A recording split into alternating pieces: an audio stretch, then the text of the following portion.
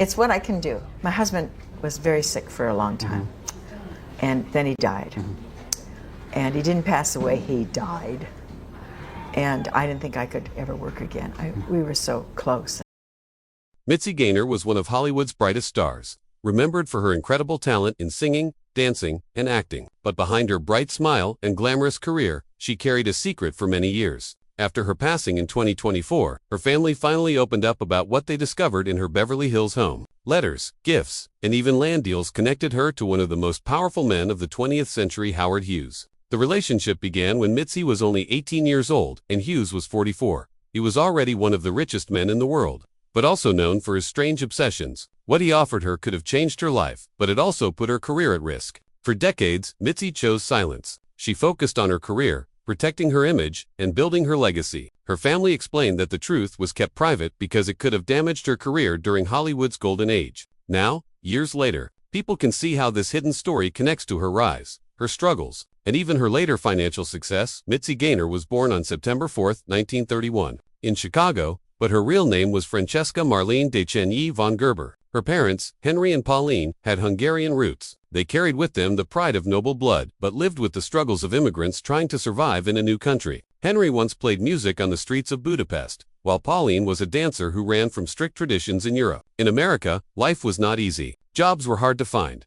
alcohol was banned, and families like theirs had to work for every meal. They lived in small apartments, sometimes moving from place to place. Still, their home was filled with music and dance, which shaped young Mitzi's future. At just 4 years old, she began ballet lessons. By 7, she was already performing solos. Even though her first experience ended in embarrassment when nerves caused her to wet herself on stage, instead of giving up, she went back out to finish the performance. That moment taught her resilience, a quality that would guide her through the highs and lows of her career. As a child, Mitzi trained tirelessly. She practiced ballet, tap, and acrobatics, spending hours every day perfecting her skills. At 12 years old, she entered a talent contest and amazed the judges with her energy and style, winning a $100 war bond. Soon after, a scout from 20th Century Fox noticed her talent. By 13, she had already joined the Los Angeles Civic Light Opera, a huge step toward Hollywood stardom. This was during World War II, and many adult performers were unavailable, so younger talents like Mitzi were pushed into the spotlight. She trained up to 12 hours a day, often collapsing from exhaustion, but her determination never faded. When her parents divorced, she carried even more responsibility, sending money home from her performances to support the family. By 1949, when she was only 18, she signed a 7-year contract with 20th Century Fox. Her weekly pay was $500, which today would be worth thousands. But it was more than money, it was the start of a career that would make her one of the most recognizable entertainers of her generation. Mitzi's first big movie was My Blue Heaven, 1950. And soon, she was starring in one production after another. Audiences loved her mix of grace, charm, and energy. She played sorority girls, singers, dancers, and even historical figures. By her early 20s, she was already nominated for awards and receiving thousands of fan letters every week. But with fame came sacrifices. Injuries, including broken toes and ankles, forced her to perform through pain. Critics often praised her courage, noting how she always seemed full of life on screen despite her struggles behind the scenes. In 1958, she won one of her most important roles, Nellie Forbush, in the film South Pacific. Competing against stars like Elizabeth Taylor and Doris Day, she fought through long auditions and even caught the support of Frank Sinatra, who believed in her talent. The role changed her career forever. Her performance, especially the song, "I'm Gonna Wash That Man Right Out of My Hair," became iconic. The film was a box office success, earning millions worldwide and leaving a mark on Hollywood history. Mitzi Gaynor was a dazzling star, known for her beauty, voice, and graceful dance moves that captured the hearts of millions. Yet, behind her glamorous image, there was a personal secret she kept hidden for decades. After her passing in 2024, her family revealed letters, private notes, and financial records discovered in her Beverly Hills home. These documents connected Mitzi to one of the most powerful men of the 20th century, Howard Hughes, the billionaire businessman, movie producer, and aviation tycoon. Their story began when Mitzi was only 18 and Hughes was 44. A man already known for his wealth and eccentric lifestyle, Hughes offered her gifts, land investments, and connections, but he also expected loyalty. Mitzi understood that being linked with Hughes could change her life, for better or worse. In Hollywood's golden era, an actress's career could end overnight if people believed she was under the control of a man like him. This is why Mitzi chose silence for so long. She focused instead on her art, career, and family. Today, knowing the truth gives fans a fuller picture of who she was. Not only a star, but a woman navigating powerful forces behind the scenes. Mitzi's life began far away from the glittering world of Hollywood. She was born Francesca Marlene de Chagny von Gerber on September 4, 1931, in Chicago. Her father, Henry, was a musician who once played violin on the streets of Budapest, while her mother, Pauline, was a dancer who had escaped the strict traditions of her Hungarian family. Together, they carried with them pride in their noble European roots, but faced the harsh realities of immigrant life in America. Times were tough. Work was scarce, money was short, and Prohibition-era struggles made life uncertain. Yet, their home was alive with creativity. Music, singing, and dancing were part of everyday life, and this atmosphere shaped young Francesca's future. From the age of 4, she trained in ballet, showing promise as a natural performer. At 7, she had her first solo recital, but stage fright caused her to wet herself in front of the audience. Rather than quit in shame, she returned to the stage and finished her routine. This small but powerful act revealed the determination and resilience that would carry her through her long career. Even as a child, she learned that mistakes and setbacks could become stepping stones if faced with courage. Mitzi's teenage years were filled with rigorous training. She studied ballet, tap, and acrobatics, often practicing until she collapsed from exhaustion. At 12, she entered a local talent contest, stunning the judges with her energy and style, and winning a $100 war bond, a meaningful reward during World War II. Soon, her talent caught the attention of scouts from 20th Century Fox, and at just 13, she joined the Los Angeles Civic Light Opera because so many adult performers were away at war. The stage needed young talent, and Mitzi stepped into that role with enthusiasm. She worked up to 12 hours a day, performing in front of large crowds, and sending money home to support her family after her parents divorced. Her dedication paid off. In 1949, at the age of 18, she signed a 7-year contract with 20th Century Fox, earning $500 a week, a huge amount at that time. This marked the official start of her Hollywood career. Yet, it also brought challenges.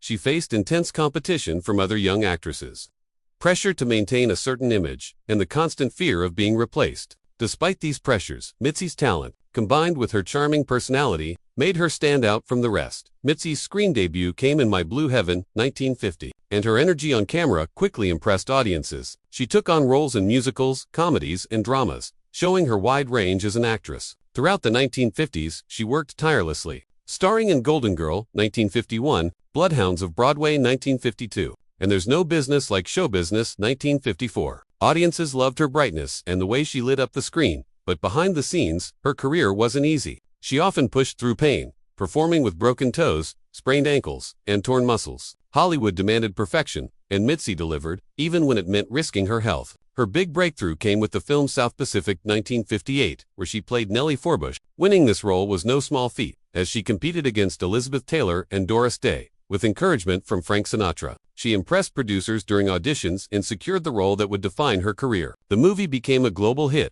making over $36 million and cementing Mitzi's place in Hollywood history. Her performance, especially in the unforgettable number, I'm Gonna Wash That Man Right Out of My Hair, became iconic. By the late 1950s, she was not just a movie star, she was a household name. While her professional life soared, Mitzi's personal life was far more complicated. Around the time she entered Hollywood, Howard Hughes took notice of her. Known for his wealth and his control over young actresses, Hughes often signed women to contracts, sometimes more to control them than to promote their careers. He showered Mitzi with gifts, investments, and promises, even buying her land in Las Vegas and offering connections that could open doors in Hollywood. But these offers came with unspoken conditions. Hughes was a man who thrived on power, and women who became too closely tied to him risked losing their independence. For Mitzi, the relationship was delicate. She could not afford to be seen as one of Hughes's girls, yet she also could not reject his influence outright without risking her career. Her family later revealed that Mitzi carefully balanced her interactions with Hughes, accepting his support but maintaining enough distance to protect her image. This balancing act shows her intelligence and strength in a time when young women in Hollywood were often taken advantage of. By keeping her secret for decades, Mitzi preserved her reputation and career, proving that she was more than just another starlet under the control of a powerful man. In 19, Mitzi married Jack Bean, a talent agent who later became her manager. Their marriage lasted 52 years until his death in 2006. Together,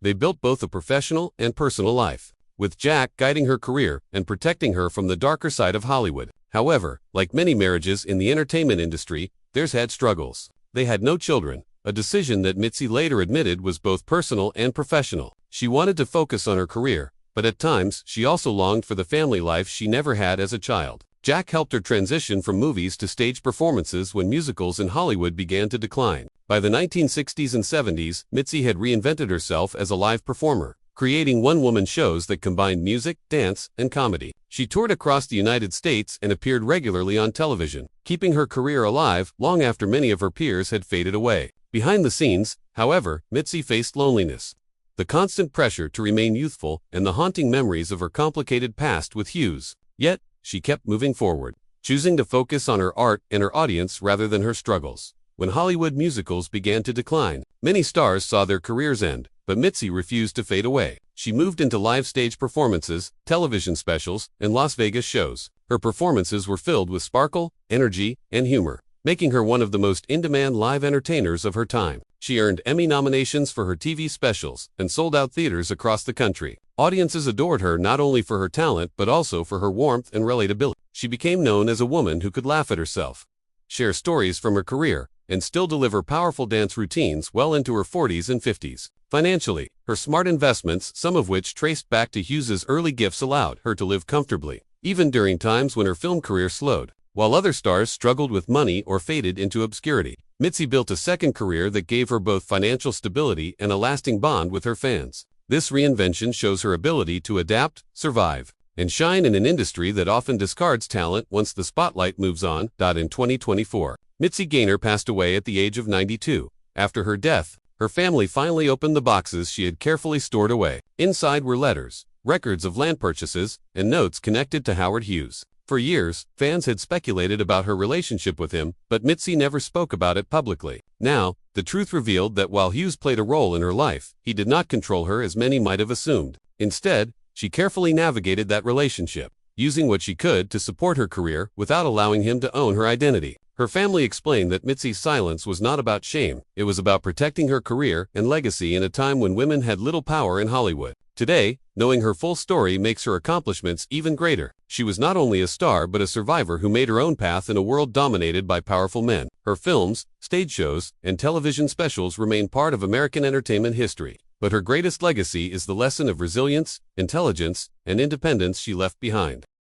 Mitzi Gaynor was one of Hollywood's brightest stars, remembered for her incredible talent in singing, dancing, and acting. But behind her bright smile and glamorous career, she carried a secret for many years. After her passing in 2024, her family finally opened up about what they discovered in her Beverly Hills home. Letters, gifts, and even land deals connected her to one of the most powerful men of the 20th century, Howard Hughes. The relationship began when Mitzi was only 18 years old and Hughes was 44. He was already one of the richest men in the world, but also known for his strange obsessions. What he offered her could have changed her life, but it also put her career at risk. For decades, Mitzi chose silence. She focused on her career, protecting her image, and building her legacy. Her family explained that the truth was kept private because it could have damaged her career during Hollywood's golden age. Now, years later, people can see how this hidden story connects to her rise, her struggles, and even her later financial success. Mitzi Gaynor was born on September 4, 1931, in Chicago, but her real name was Francesca Marlene de Cheney von Gerber. Her parents, Henry and Pauline, had Hungarian roots. They carried with them the pride of noble blood, but lived with the struggles of immigrants trying to survive in a new country. Henry once played music on the